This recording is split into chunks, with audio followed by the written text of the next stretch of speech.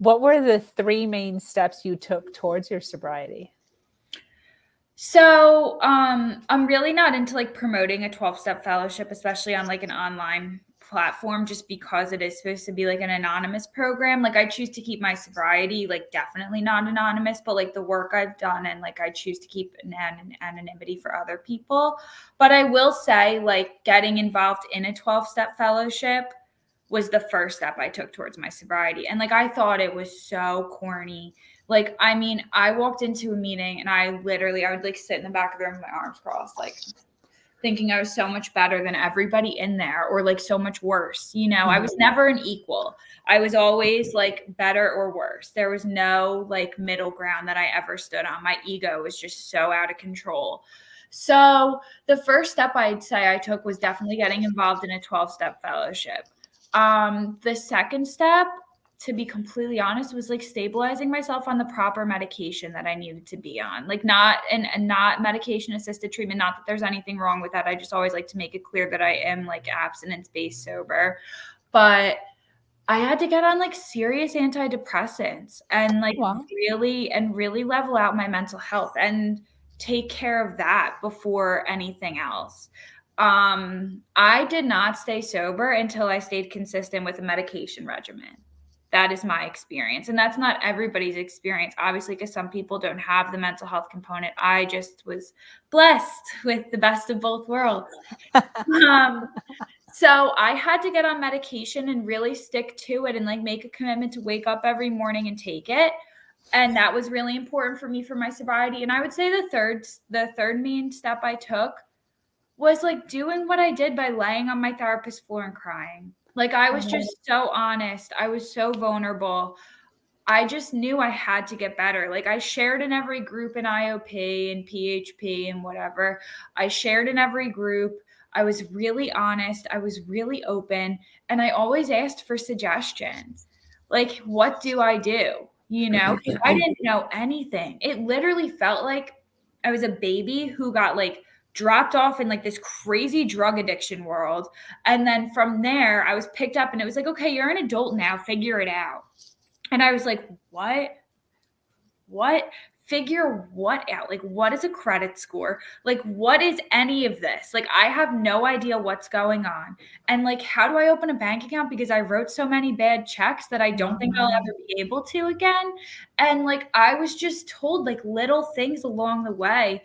Like, I got my first job was like waitressing at this little Greek restaurant down the street from my treatment center because I had no car and I got a DUI, so I had no license. So I would like walk my happy ass there every day. And I swear to God, I thought the place would burn down if I wasn't there. Like that was the first like really esteemable thing I did for myself was like getting a job. I felt so important.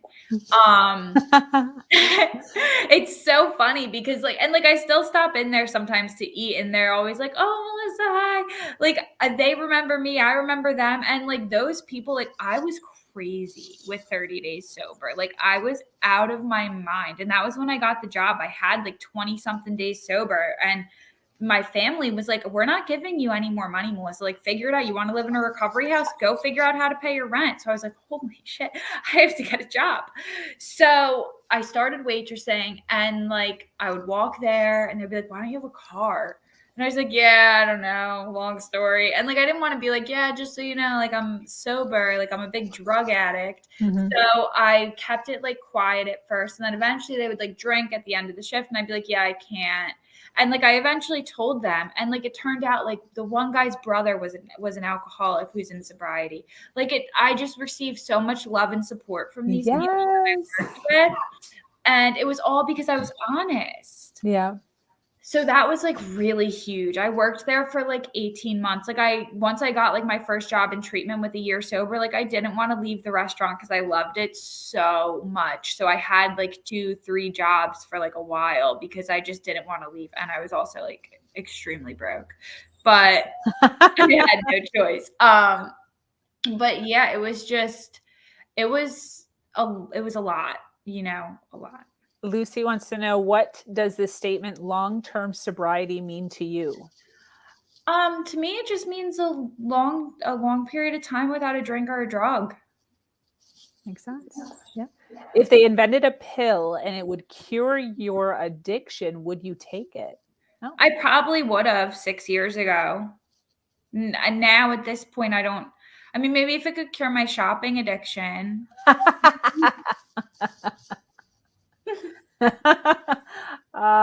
What are some things that you are most proud of now? Um, I mean, I would say, like, the first thing I'm most proud of, first and foremost, is, like, my sobriety. I hold it really near and dear to my heart. Like, I try to live, like, consistently with, like, an attitude of gratitude and remember what it was like just so that, like, I wake up in the morning and, like, I try to just put my best foot forward. I don't every day. Like, I have, like, really bad days. I think everybody does. It's just part of, like, human nature. So I don't wanna sit here and be like, "Oh, yeah, I'm sober now and everything is just so great," because it's not. Like, life still happens Yeah, and life shows up, but, like, I have a set of skills that I can use to deal with these things that life throws my way. So first and foremost is my sobriety. Um what am I most proud of? The second thing I'm most proud of, I would say, is how strong my relationships with my family and friends are today. I so can really I can really show up as, like, a daughter and a sister and, like, a friend. Like, I have the best friends in the entire world. Like, and my fiance is absolutely incredible, and, like, he is also my best friend. But, like, when it comes to women in my life, like, I have, like, the best friends. Like, my girlfriends are like my sisters. Like, it is like, the relationships I have today are certainly something I'm proud of and grateful for because I didn't know what it was like to be a real friend. yeah. Um, what can individuals in early sobriety learn from your story? Oh my god. I would say, you know, please just do the work. Like, whatever the work is for you, whatever somebody suggests for you to do, please just do it. Like, it seems so trivial at the time, like when you're first getting sober to like do X, Y, and Z, or like what your therapist in IOP or your individual therapist or whatever, whoever is telling you to do. Like, just follow somebody that knows what they're talking about. Identify with a sober person and rock out with them because you're going to need them. Like, you're going to need them. Like, we can't do this alone. If there's anything that I know, like, for sure today, is like, I can't do anything on my own. I always need the help of somebody else. Absolutely, absolutely. Listen, I so appreciate you taking some time out of your day to sit down and explain all this. What an amazing story. I love it sounds horrible, but I love the fact that like the myth of it drug use looks a certain way and it Mhm. doesn't look a certain way. Yeah. And that's so important for parents to know. Oh my god, Um, yeah. and teenagers because we think that because we come from a certain background that it's never going to be part of our life, but we have to be Mhm. extra diligent no matter what our background is to to watch ourselves before we wreck Mhm. ourselves. Yeah. I Definitely. mean, I deal with families on, like, a daily basis, and, I'm really blessed that, like, Banyan has, like, a family we have, like, a whole family program for the families of the loved ones that we treat, but I also, like, usually am the first person to make contact with the family, and they're like, "I just can't believe this is happening to me." Like, believe it, because it happens to anybody. It doesn't matter what you did, how you did it, where you live, or any your socioeconomic status. None of that matters. None of that matters. Yeah. And that's, like, one thing I always like to make clear to families. Like, it doesn't matter the upbringing you had. Like, it can happen to anybody at any time. Definitely, definitely. So we know a little bit about what you do, kind of explained it a little bit in the forefront there, but what do you do to give back? What do you do to, to help your community, to help humankind? Um, Yeah, well, I mean, the first thing I definitely do to give back is like I walk others through the 12-step program that I am a part of. That's like super important to me, near and dear to my heart, is to like always have my hand out for the new guy or girl who's there on their first day, at their first meeting, their one day clean, and like me being able to be there and be like, "Hey, how are you? Do you want to go grab coffee this week?" you know, like I try to like be as kind as I can in any and all situations. You know, kindness is always, it just gets you so much further. Like love, tolerance, kindness, like gets you so much further.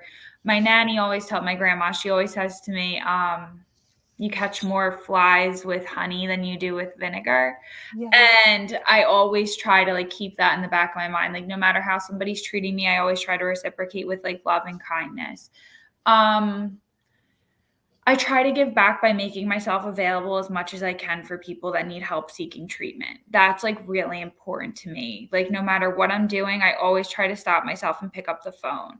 I was actually like hoping my phone didn't ring while we were doing this because I would have had to be like, hold on 1 second, put it on mute. To And so answer, far yeah. we're good. Yeah, so far we're good.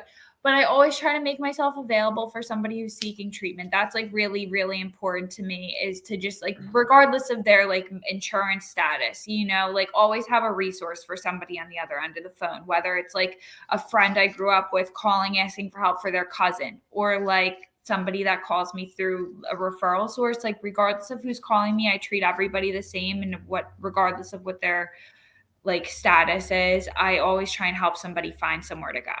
That's awesome. That's awesome. I love that. And it's so imperative to make sure that when you kind of find your way, that you help, other Mhm. people. You got to lend a hand and Always. help us all climb up that mountain. So I Mhm. so appreciate that. And I certainly know that there's going to be people in the future that are going to be telling the same story that you just told, where you're like, this Mhm. girl, she, I remember her name. I don't remember her last name. I've moved, 5 times since then. I don't know where she Mhm. is, but she helped me. And that's going to I be hope so. that's going to be yours. And that's awesome. I hope so. The other day, a girl that I grew up with who I actually helped get into treatment not too long ago, or I guess it was a while ago now. She just like texted me and was like, I have this long sober and I wouldn't be here if it wasn't for you. And like I was literally almost moved to tears. Not that it takes a lot for me to cry, which I'm pretty sure I've made clear, but like I was so emotional. It made me so happy to get a text like that, just like, hey, thanks for helping me, because sometimes this is like a thankless job. And not that like I need somebody to be like, oh, thank you so much for all the work you do. But like it really means a lot that like I'm able to be the hand to help somebody, and that like not that it sticks every time, because it doesn't. Like it just doesn't. But when it does stick and like the person does get sober, like it's just so it full circle for me. Definitely. Definitely. That's awesome. I do want to ask, we've been concentrating a lot on your story and teenage years going into adulthood, but we have parents, we have moms and dads who join us on these platforms who have children. And I want to ask you, what is some advice that you would give to parents whose children are in treatment right now? Oh man, leave it to the professionals. Okay. Like, do not interfere. Do not think you know best. Because my mom didn't know best. Like the first couple times I went to treatment, she's like, all right, come on home. I'll come home and I'd be high in like 5 minutes. She's like, yeah, come on home. And like, no, that's not what worked for me. Like, extended care is so important. I was in treatment for 8 months when I got sober. Wow. I was in some form of treatment for 8 months when I finally Wow. got sober. Extended care is crucial.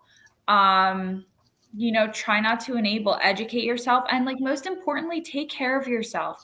The last time, my mom's gonna love if I say this, the last time I went to treatment, my mom dropped me off, took her and my brother to Mexico for 10 days, took my brother and my sister to Mexico for 10 days, and was like, have fun. You have a bed and a roof over your head, you're gonna be fed, you're okay. I'm going because I need a break. So like take care of yourself. It's so important to take care of yourself. Definitely, definitely. We have someone asking, what should parents know to be aware of if your child is using? Um, please have Narcan. Oh, okay.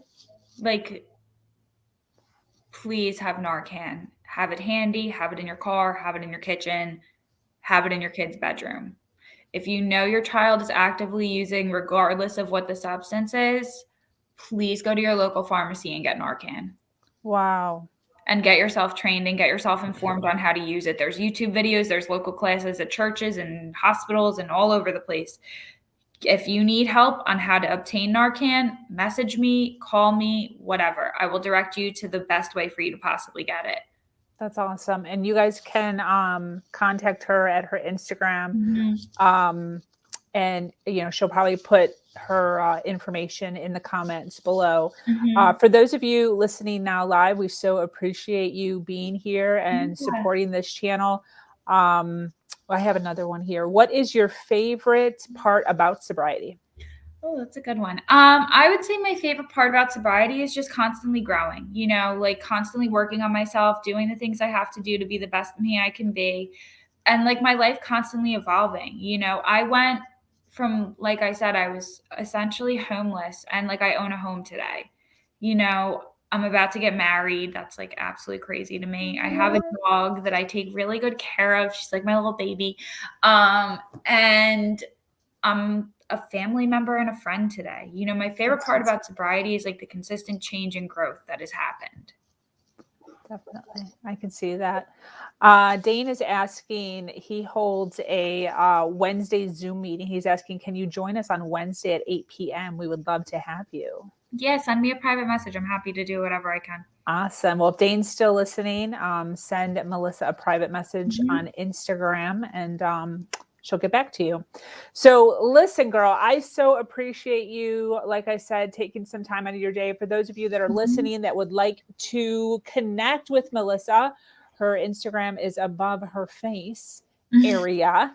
And for those of you watching on the replay, we would so appreciate a hashtag replay as you're listening, so that we are made aware that you might be commenting and asking questions to Miss Melissa, and she will be in and around to answer any questions or any comments or statements that you would like to make to her. So I so appreciate everything. Do you have any closing thoughts before I close up? I always want to make it clear, like my story isn't everybody's story, whatever your bottom is or whatever your bottom may look like, and whatever it takes for you to get and stay sober. Like when I first got sober, I was like, oh my God, like I'm abstinence based and everybody else is on MAT. Like, no, I don't feel that way at all anymore. Like I want everybody just to get another day on this with their feet on the ground. Yeah.